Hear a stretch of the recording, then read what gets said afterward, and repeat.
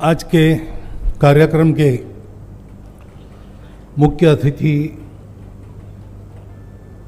आंध्र प्रदेश के लोकप्रिय मुख्यमंत्री श्रीमान चंद्रबाबू नायडू जी,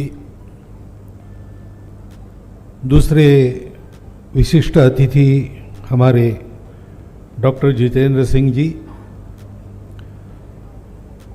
आदरणीय शेखर जी मांडे, आदरणीय सत्यप्रसाद जी, सतीश रेड्डी जी, मूर्ति गारू, शास्त्री गारू और विवेकानंद जी, उपस्थित सज्जन, माता भगिनी, विज्ञान भारती के कार्यकर्ता गण,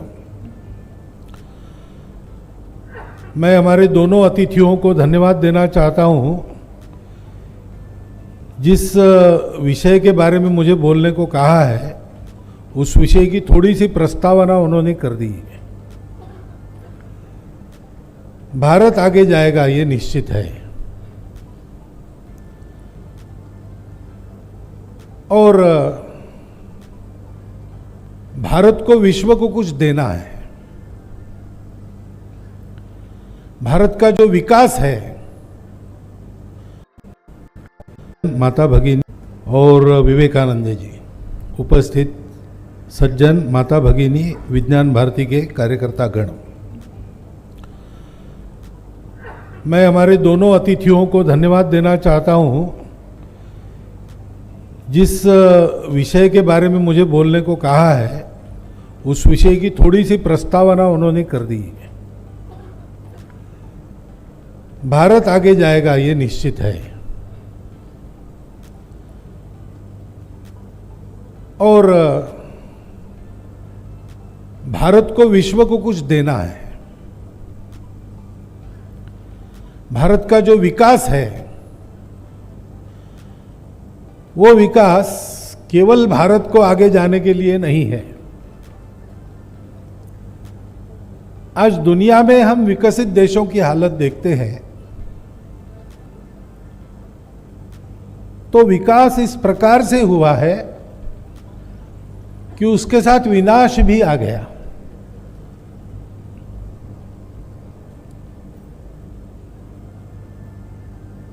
सब देश ऐसा सोच रहे हैं कि भौतिक विकास तो हमने कर लिया, लेकिन कहीं पर हम चूक गए,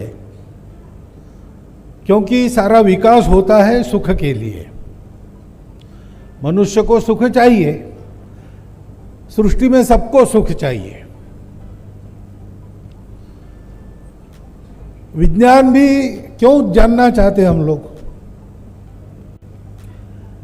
यहां से सूरज कितने दूर पर है ये मैंने नहीं जाना तो मेरा क्या फर्क पड़ने वाला है, लेकिन मनुष्य ऐसा विचार नहीं करता। उसको जानने की तृष्णा है और उस ज्ञान के आधार पर वो अपने जीवन को सुखी करना चाहता है, इसलिए उसको जानना है।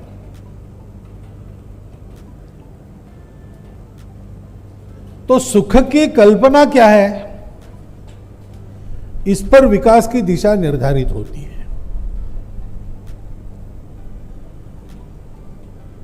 अभी तक पिछले 2000 वर्षों से जिन प्रणालियों का प्रभाव दुनिया में रहा है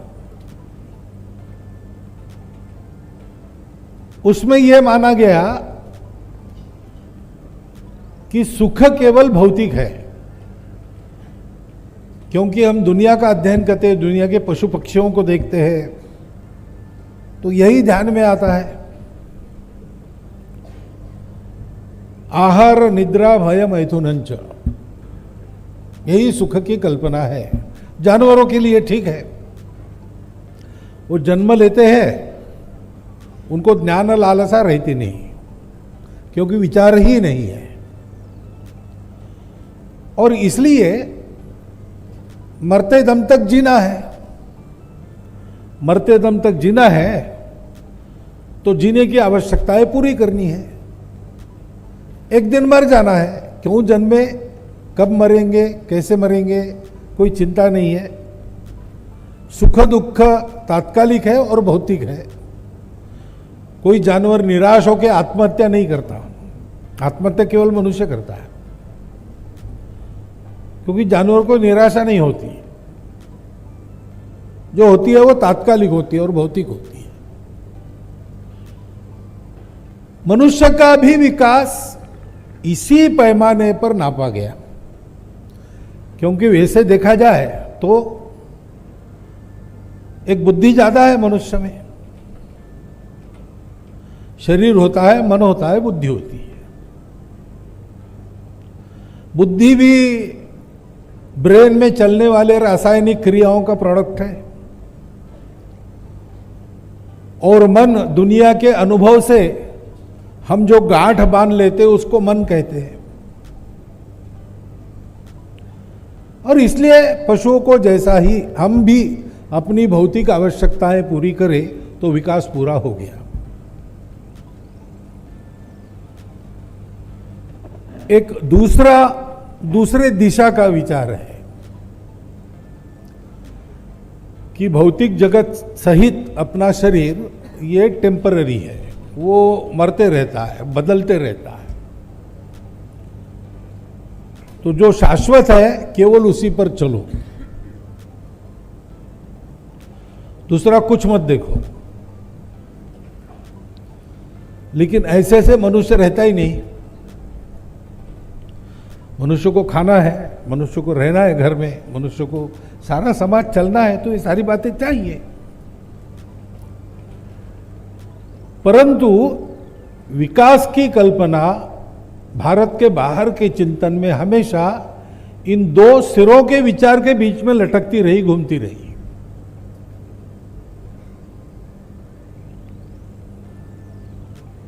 हमारे यहां हमारी दृष्टि अलग है। हमने ये समझा कि सृष्टि दोनों बातों से चलती है। भौतिक जगत का हम अनुभव लेते हैं, अपने ज्ञानेंद्रिय सब बाहर देखते हैं, बाहर की दुनिया का अनुभव होता है। अनुभव होता है तो वो है, वो मिथ्या है यानी असत्य नहीं है। मिथ्या इज रिलेटिव ट्रुथ। कुछ दूर तक वो भी सत्य, उसमें से जाना पड़ता है। तो रोटी, कपड़ा, मकान, स्वास्थ्य, शिक्षा, ये सब चाहिए। उसमें आराम चाहिए, कष्ट कम करने चाहिए, परंतु यहां रुकना नहीं चाहिए। वास्तव में सुख चाहिए तो दो बातें हैं। सुख अपने अंदर होता है, बाहर नहीं होता है, मानने पर होता है। एक रसगुल्ला खाएंगे सुखी होंगे, 25 खाएंगे तो अधिक सुखी होंगे। 50 खाने वाले भी है, 100 खाने वाले भी है, परंतु कभी न कभी ये स्थिति आती है कि फिर से रसगुल्ला सामने लाया तो उल्टी होने जैसी भावना होती है। तो रसगुल्ले में सुख नहीं है, सुख हमारे अंदर है। ये हमारे अंदर जिसको सुख होता है वो कोने खोजो तो सुख का सोर्स ही मिल जाएगा, क्योंकि सुख बाहर नहीं, सुख अंदर है। और दूसरी बात है, सुख अकेले का संभव नहीं है। मैं अकेला सुखी हो नहीं सकता। मान लीजिए दुनिया की सारी संपत्ति मेरे पास आ गई, मेरी सारी आकांक्षाएं पूर्ण हो गई, मैं अकेला सुखी हो भी गया तो भी बाकी दुनिया मुझे सुख से जीने नहीं देगी, क्योंकि बाकी दुनिया है, मैं अकेला जी नहीं सकता। मुझे परिवार चाहिए, मुझे अपने रिश्ते नाते चाहिए, मुझे पेड़ पौधों को भी आदत हो जाती है। सुखी होने के बाद भी मैं झू में जाके प्राणी देखता हूं या जंगल में जाके उनको उनकी प्राकृतिक अवस्था में, ये सब चाहिए मुझे। ये सब जब तक सुखी नहीं होता तब तक मैं सुखी नहीं होता। इसलिए एक बात मुख्यमंत्री जी ने कही, बड़ी महत्व की बात है, विकास ऐसा नहीं होना चाहिए जिससे समाज में दो वर्ग तैयार हो, सुखी लोगों का और दुखी लोगों का, हैव्स और हैव नॉट। ये गलत विकास है। विकास ऐसा होना चाहिए, मनुष्य की क्षमताओं में फर्क रहता है, इसलिए अपने पराक्रम से कौन कितना पाता है इसमें अंतर रहेगा, लेकिन ये अंतर कम से कम रहे। वो अंतर मनुष्य को जो अवसर मिलता है उसमें अंतर है, इसलिए नहीं होना चाहिए। मनुष्य को जो साधन उपलब्ध है उसमें कम ज्यादा है, इसलिए नहीं होना चाहिए। मनुष्य को उसकी क्षमता के अनुसार कम ज्यादा हुआ तो मनुष्य को भी दुख नहीं होता, लेकिन समान क्षमता वाले एक को उपलब्ध है, दूसरे को नहीं है, इससे दुख उत्पन्न होता है, वैर उत्पन्न होता है, और फिर बैरी एक दूसरे को सुख से जीने नहीं देते। और इसलिए विकास की भारतीय अवधारणा, अब विचार जो किया वो अगर अधूरे दृष्टि पर किया तो अहंकार भी आ जाता है, क्योंकि मेरा ही अस्तित्व है और तो कोई है नहीं, मुझे ही जीना है, struggle for existence, survival of the fittest. तो स्ट्रगल तो है, हमारा सबसे झगड़ा है, क्योंकि स्पर्धा है, और इसलिए सबसे बलवान बन के मुझे आगे जाना पड़ेगा। मेरे उपयोगी होंगे उनको मैं रख लूंगा, मेरे लिए अनुपयोगी है उनको छोड़ दूंगा, उनका विचार नहीं करूंगा, और विरोधी है उनको समाप्त करूंगा, क्योंकि मुझे सुखी होना है। और सुख के बारे में ये शाश्वत है, मैं अकेला सुखी हो नहीं सकता, मुझे सुखी होना है तो सबको सुखी होना पड़ेगा। वो इस अधूरी दृष्टि में आता नहीं।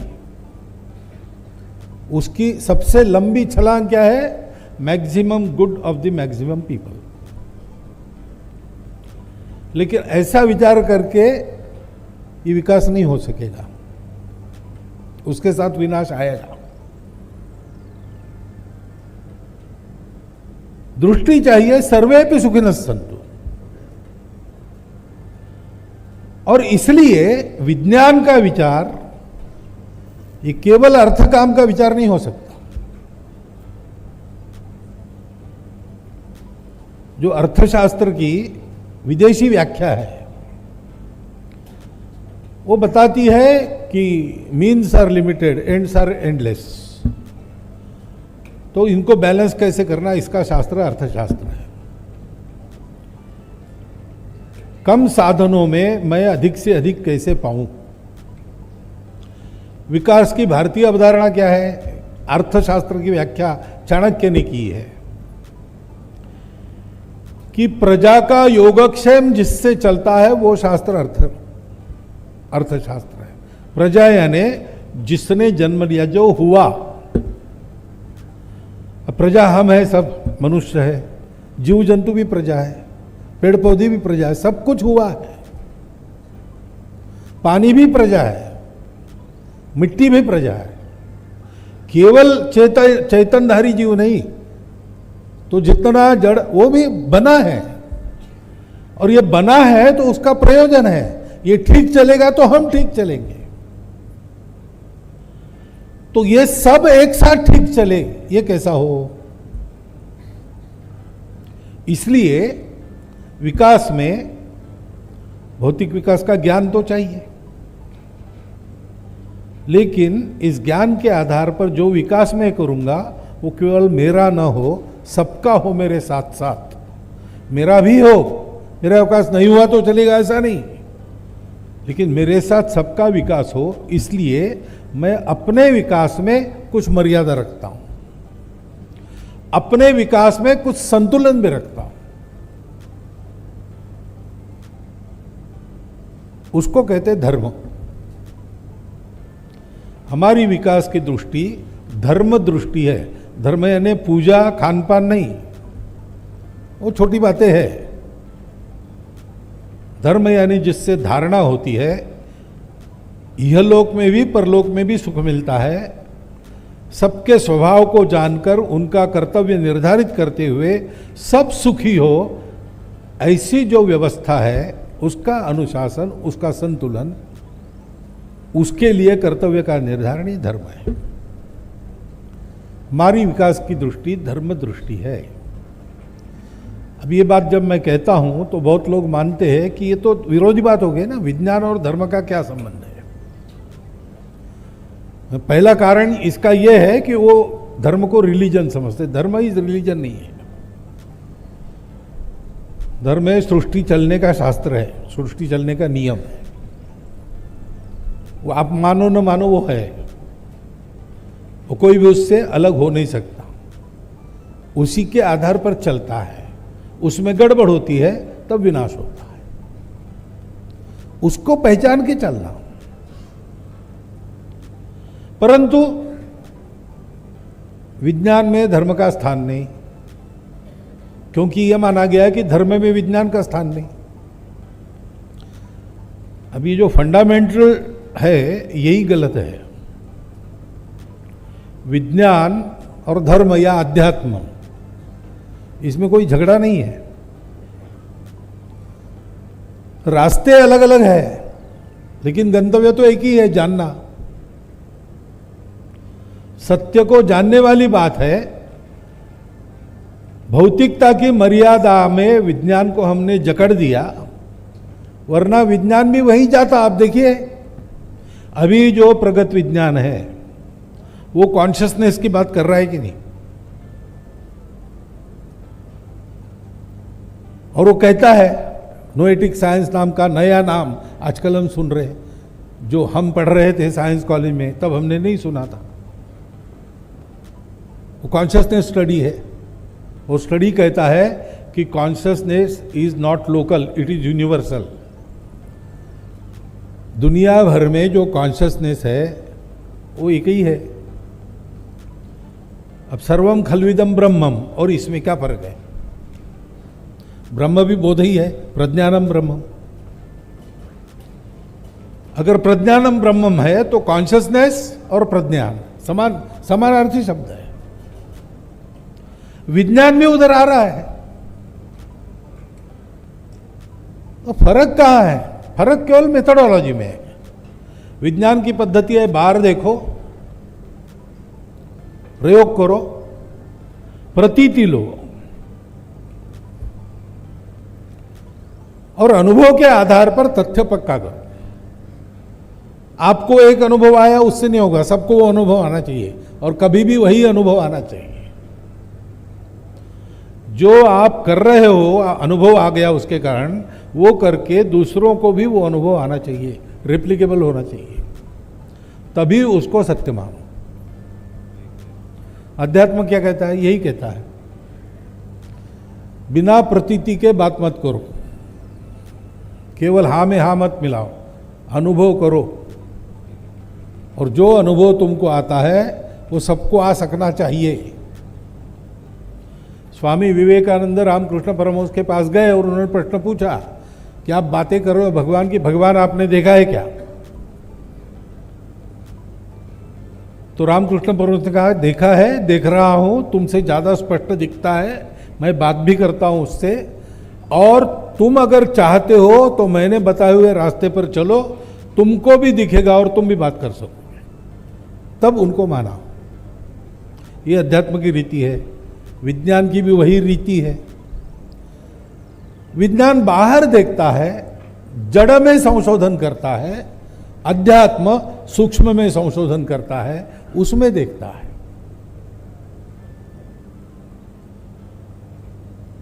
अध्यात्म कहता है वहां भी प्रयोग करो, प्रतीति लो।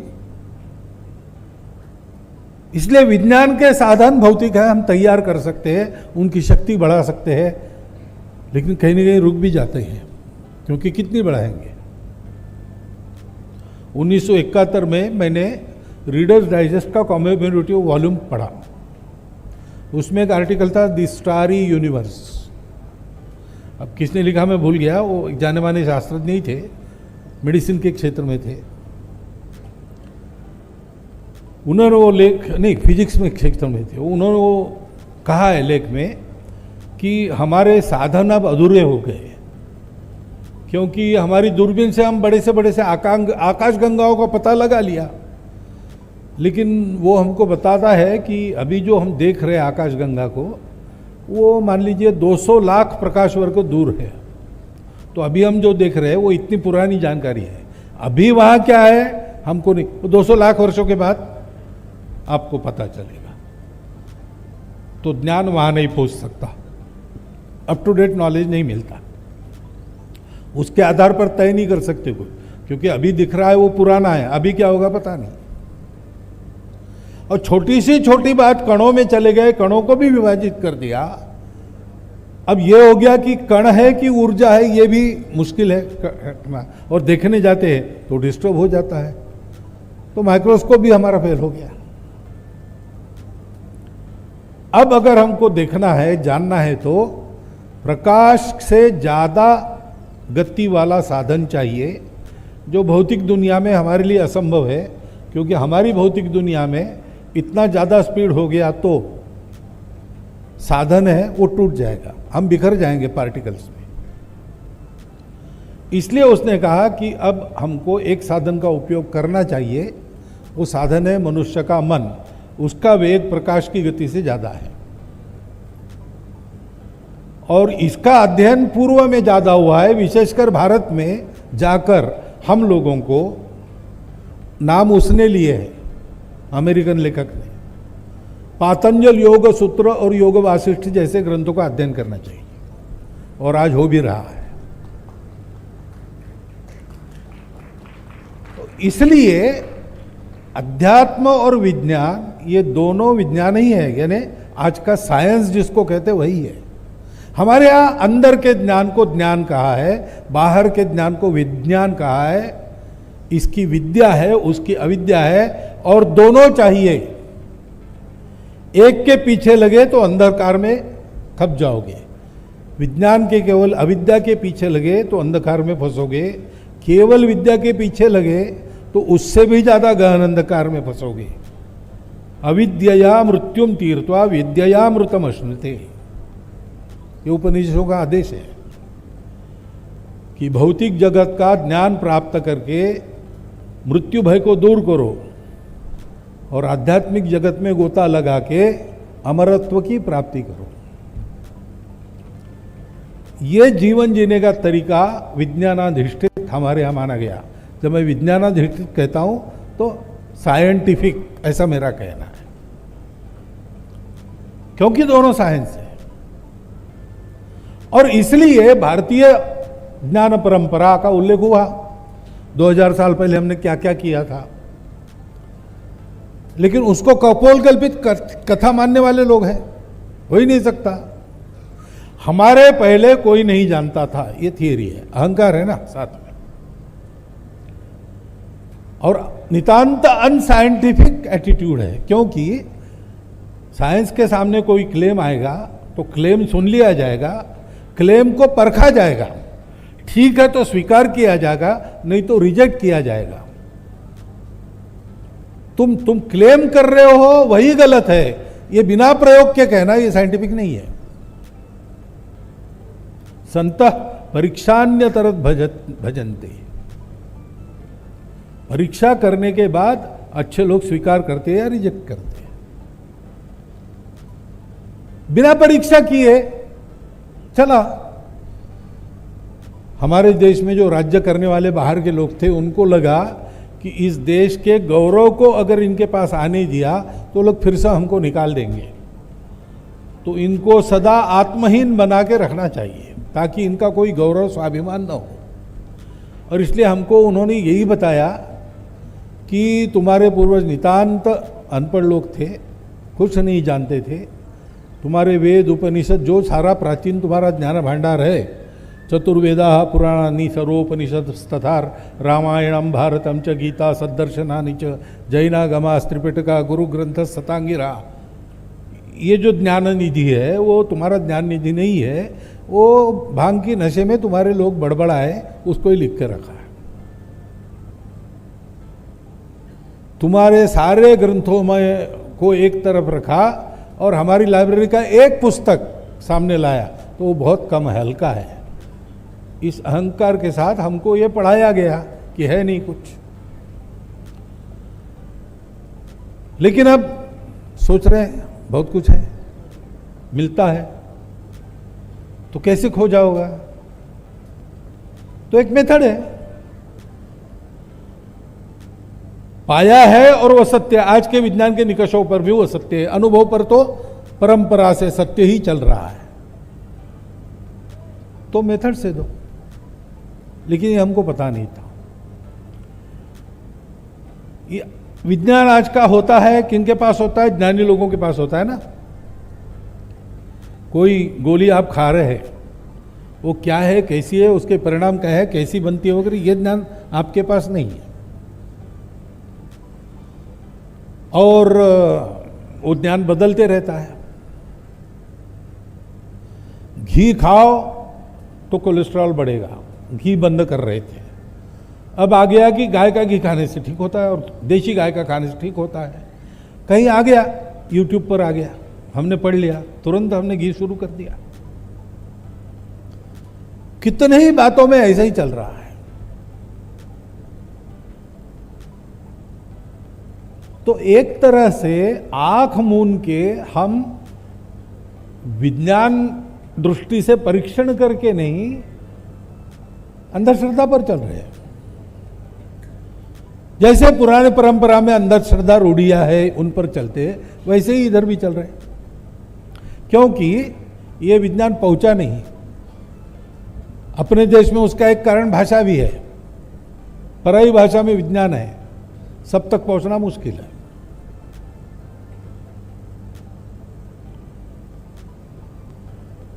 और पहुंचा ही नहीं। अब हमारा जो ज्ञान है हमारी परंपरा का, उसके ये डिटेल्स नहीं, लेकिन उसका व्यावहारिक उपयोग करना नहीं करना, कैसे करना, इसका निर्णय प्रत्येक व्यक्ति कर सके, इतना ध्यान झोपड़ी तक भी पहुंचा है। इसीलिए दादी या नानी पोते को कहती है, भैया सूर्यास्त हो गया, पेड़ को हाथ मत लगा, पेड़ सोते हैं। अब वो अगर आज की पीढ़ी का होगा और दादी को पूछेगा कि सबूत दो, तो दादी कुछ नहीं बता सकेगी, लेकिन उनको पता है कि ये ज्ञान है, ये विज्ञान है, पेड़ भी सोते हैं। ये कोई जगदीश चंद्र बसु जी ने पहली बार बताया ऐसा नहीं है, हमारी परंपरा में ऐसी कितनी ही बातें हैं। और इसलिए आज आवश्यकता है कि आधुनिक विज्ञान में जो कुछ लेने लायक है, और बहुत कुछ है, क्योंकि 3 फैक्टर्स हमारे पास भी थे, उनके पास भी थे। एक फैक्टर केवल हमारे पास है, उनके पास नहीं है। तो बाकी 3 फैक्टर्स के आधार पर जो जानना है वो तो उन्होंने जाना ही है। और हम बीच में रुक गए। आक्रमण जब शुरू हो गए तब हमारा अनुसंधान रुक गया, रिसर्च रुक गया। विज्ञान को ध्यान देने की हमको फुर्सत ही नहीं मिली, जान को बचाने में हम लग गए। तो दुनिया उस अवधि में बहुत आगे चली गई। तो वहां से हमको सीखना ही पड़ेगा। परंतु सीखते समय ये विवेक भी करना पड़ेगा कि ज्ञान उनके पास है, लेकिन ज्ञान का उपयोग कैसे करना, इसकी बुद्धि हमारे पास है, उनके पास नहीं है। और इसलिए ज्ञान सर्वसामान्यों को कौन सा देना, कैसे पहुंचाना, इसका भी विचार करना पड़ेगा उस आधार पर। और उनके ज्ञान में जो अधूरापन है उसको पूरक करने वाला अपना ज्ञान भी, क्योंकि विस्मृति का कालखंड बढ़ा है, अनुसंधान करके प्रमाणित करके, जो प्रमाणित होता है वही वापस लाना पड़ेगा। विज्ञान भारती का यही काम है। एक तो ये जो अंधश्रद्धा हुई है कि भाई अमुक मेथोडोलॉजी से अमुक इसमें आता है वही ठीक है, दूसरी मेथोडोलॉजी नहीं हो सकती, इस अंधश्रद्धा को दूर करना। ऐसा कहते हैं कि एक बैरोमीटर ऊपर के मंजिल पर पहुंचा दो, ऐसा स्टूडेंट को कहा। तो स्टूडेंट ने शिक्षक को कहा कि मैं चाहे जैसा पहुंचा दूं, क्या आप मुझे बताएंगे कैसे पहुंचाना है? क्या मतलब है, ऊपर जाने की सीढ़ी है, वहां से तुम जाओगे दे दोगे, ये बताने की आवश्यकता है? बोले नहीं, ये भी हो सकता है कि मैं अपने मित्र को बुलाऊं, वो गैलरी में खड़ा होगा, मैं नीचे से फेंक दूं, वो झेल लेगा। या वो एक रस्सी नीचे छोड़ेगा, मैं बैरोमीटर को बांधूं, वो खींच लेगा ऊपर। बैरोमीटर ऊपर पहुंचाने के तरीके तो बहुत है। अब उसकी बात सही है कि नहीं, ये हो सकता है।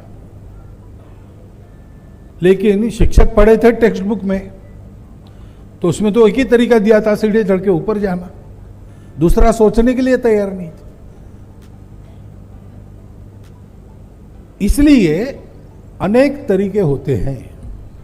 सबको परखना चाहिए, सबके आधार पर जिसको ज्ञान कहा जाता है उसको परखना चाहिए, और परीक्षा में जो ठीक निकलता है उसको ज्ञान के नाते स्वीकार करना चाहिए, अहंकार करने का कारण नहीं। ये बात लाना है, और ज्ञान को सब तक पहुंचाना है। इसलिए जिसको जो भाषा आती है उसको उस भाषा में ज्ञान उपलब्ध हो। दुनिया की कोई एक ही भाषा सब लोग सीख लेंगे, ये संभव नहीं है। प्रत्येक की मातृभाषा अलग है, और मातृभाषा में ग्रहण करने की आदत लगने के कारण शिक्षा शास्त्र ये बताता है कि मातृभाषा में जो पढ़ाई की जाती है वो मनुष्य को ठीक बनाती है, वो जल्दी पहुंचती है। फिनलैंड माना जाता है शिक्षा में सबसे बड़ा देश, तो फिनलैंड में यही, फिनलैंड देश बहुत बड़ा है, जमीन बहुत है, लोग कम है, इसलिए चारों ओर के देशों से, उस देश से निकलकर लोग वहां जाकर बसते हैं, उनको स्वीकारा जाता है। उनकी शिक्षा पद्धति में ऐसा है कि 8वीं तक मातृभाषा में पढ़ाई होती है, अन्य देशों के लोग वहां की मातृभाषा लेकर आते, उनको उनकी मातृभाषा में पढ़ाया जाता है 8वीं तक। उसके लिए एक यूनिवर्सिटी शिक्षकों की उन्होंने बनाई, उसी में से शिक्षक बाहर आएंगे। इतना मातृभाषा में ज्ञान प्राप्त करने का महत्व आज भी है। बुद्धि का विकास उससे ठीक होता है, ग्रहण क्षमता उससे ठीक बनती है। और हमारे लिए महत्व की बात है कि धर्म का भाव उसके कारण ही आता है। भाषा में भाव होता है, और जहां की जो विशेषता है वो उसी भाषा में पता चलती है। धर्म हमारी विशेषता है, भारतीय भाषाओं में उसके लिए शब्द है, अन्य भाषाओं में है नहीं। और इसलिए भारत की भाषाओं में इस विज्ञान को लोगों तक पहुंचाने का प्रबंध करना, और उसके आधार पर विकास की जो हम कल्पना करेंगे उसमें इस दृष्टि को ध्यान में रखना। आजकल उसमें चर्चा होती है, पर्यावरण के बारे में चिंता होती है, सस्टेनेबिलिटी की बात होती है, परंतु मूल तो यहां है कि हमने यही मान लिया कि सारा जगत अलग अलग है, इसलिए everyone for himself, they will take the hindmost. भूत लगा 10 लोगों के पीछे, तो मिलकर सामना किया नहीं, वो भाग गए। भागते भागते कहा कि भाई अब अपना अपना संभाल लो, पीछे रहेगा उसको भूत खाएगा। अब 10 लोग आगे और पीछे भूत, ये चला तो कोई ना कोई तो पीछे रहेगा ही। एक एक को खाते चला गया, 10वें को खा गया तो 9वां पीछे हो गया, उसको खा गया 8वां, ऐसा करते करते सबको खा लिया। दुनिया ऐसे नहीं जीती, दुनिया में सब लोग मिलकर रहते हैं क्योंकि सब जुड़े हैं। Existence unified, unity of existence, उसके आधार पर ही धर्म है, वो सत्य है जीवन का। और इसलिए सब रिलेटेड है, तो सब रिलेटेड है ये जानकर सबके लिए विकास होना चाहिए। माता बच्चे सहित बैठी है और भूख लगी है, कुछ खाने को दीजिए ऐसा कहती है, तो पूछते हैं लोग कि आपके लिए तो रोटी वगैरह सब है, बच्चे के लिए दूध लाना क्या, दांत नहीं है उसके। ऐसे हम सब लोग साथ रहते हैं, हमारे लिए ये चाहिए लेकिन उसके लिए ये चाहिए, वो है कि नहीं। ऐसे परस्पर चिंता, व्यक्ति को समाज की चिंता, व्यक्ति और समाज को मिलकर सृष्टि की चिंता, ऐसी चिंता करते हुए भौतिक आधार पर ही पूरे विश्व का एक सुसंपन्न जीवन विज्ञान निर्माण करने वाली विज्ञान दृष्टि, और आध्यात्मिक आधार पर सबका विचार करके हमको आगे बढ़ना है। इसलिए साइंस बिल्कुल ठीक है, एथिक्स भी चाहिए, चाहे जैसे नहीं भाई। 4 छात्र गए आश्रम से पूरी विद्या करके, जंगल में से जा रहे थे, एक मरा हुआ कंकाल स्केलेटन दिखा, तो एक ने कहा कि मैंने एनाटॉमी पढ़ी गुरु के पास, मैं जानता हूं ये सिंह का कंकाल है। तो दूसरे ने कहा कि कंकाल देख के मैं कह सकता हूं कि वो भूख से मरा है। तीसरे ने कहा तुम ऐसे ही मरने के बाद पोस्टमार्टम करने से क्या फायदा, मैं तो इसको जिंदा कर सकता हूँ, अभी दिखाता हूँ। तो चौथे ने कहा ऐसा मत करो, वो मरने भूखा मरा है, जिंदा होगा तो खाएगा पहले अपने को। उसने नहीं, आप सबने विद्या दिखाई तो मैं, तो बोले फिर ठहरो, मैं अपनी विद्या दिखाता हूँ। मैंने कुछ इतना नहीं सीखा, मैंने पेड़ पर चढ़ना सीखा है, और तुमने सीखा होगा तो तुम भी चढ़ जाओ। उनको नहीं आता था, ये पेड़ पर चढ़ गया, उसने शेर को जिंदा किया, शेर ने खा लिया। तो विवेक चाहिए, ज्ञान पिपासा है ठीक है, और ज्ञान को लेना भी चाहिए, परंतु ज्ञान भी किसके लिए है, क्यों है भाई, जानना भी क्यों है? सुख संतोष के लिए ही जानना है ना। और सुख संतोष तुम्हारा अकेले का नहीं है, सबका होगा तब तुम्हारा होगा। इस प्रकार से एक दृष्टि रखकर आज के विज्ञान का विचार करते हुए भारतीयों में इस वैज्ञानिक दृष्टि को उत्पन्न करना, क्योंकि पुरानी अंधश्रद्धाओं में फंसे लोगों को उनसे बाहर निकालना पड़ेगा, लेकिन नई अंधश्रद्धाओं में फंसे लोगों को भी उससे बाहर निकालना पड़ेगा। तो भारतीयों को यह वैज्ञानिक दृष्टि देकर, क्योंकि भारतीयों के पास उनके रक्त में ये धर्म दृष्टि है, उनका किया हुआ विकास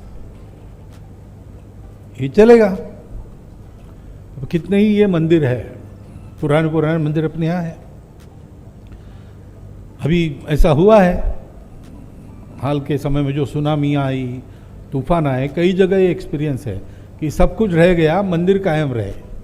तो ये आर्किटेक्चर है ना, और ये आर्किटेक्चर कितना विचार करके किया होगा, तब ये मंदिर खड़े रहे। 10,000 वर्षों से हमारी खेती हो रही है हमारे तरीके से, जमीन खराब नहीं हुई, अन्न विषयुक्त नहीं हुआ, कैंसर ट्रेन नहीं चली, और उत्पादन बढ़ाने के चक्कर में ये बाकी सारी बातें हो गई, तो पंजाब से जयपुर कैंसर ट्रेन जाती है। हमारे डीएनए में ये विचार है, उसको जागरूक करना पड़ेगा, उसका बोध कराना पड़ेगा, वैज्ञानिक दृष्टि देनी पड़ेगी, तो भारत तो बड़ा होना तय है। इसलिए तय है कि वो समय की आवश्यकता है, क्योंकि बढ़े हुए भारत को केवल महाशक्ति नहीं बनना है, अपने बचाव के लिए शक्ति तो चाहिए, लेकिन हमको विश्व गुरु बनना है। विश्व को इन सारी समस्याओं से राहत दिलानी है। ये काम कर सकने वाला भारत खड़ा करने के लिए, जैसे भौतिक विकास एक के बाद एक अच्छा हो रहा है, आगे भी होगा, आर्थिक दृष्टि से हम शक्ति बनेंगे, सामरिक दृष्टि से शक्ति बनेंगे, ज्ञान के दृष्टि से भी हम शक्ति संपन्न होंगे, वैसे धर्म की दृष्टि लेकर स्वयं केवल शक्ति संपन्न नहीं होंगे, संपूर्ण दुनिया को नई शक्ति देंगे, नई दृष्टि देंगे, जिससे परस्पर सहयोग से सारा राष्ट्रकुल मानवता को लेकर सृष्टि के साथ मित्र होकर चलेगा, और दुनिया एक नई सुखी सुंदर दुनिया बनेगी। इतने महत् कार्य की एक छोटी सी शुरुआत विज्ञान भारती है। ये जानकर आप सब लोग इस काम को आगे बढ़ाइए, इतनी प्रार्थना करता हूँ।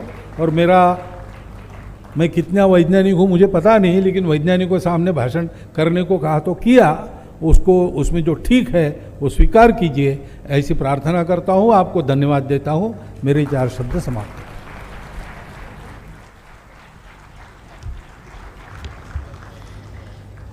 अविद्यया मृत्युम तीर्त्वा विद्यया अमृतमश्नुते, ईशावास्य उपनिषद के मंत्र जो विज्ञान भारती मंत्र में भी समावेशित है, इसका उल्लेख करते हुए समग्र विकास की भारतीय अवधारणा जो भारतीय विज्ञान सम्मेलन 7वें कड़ी का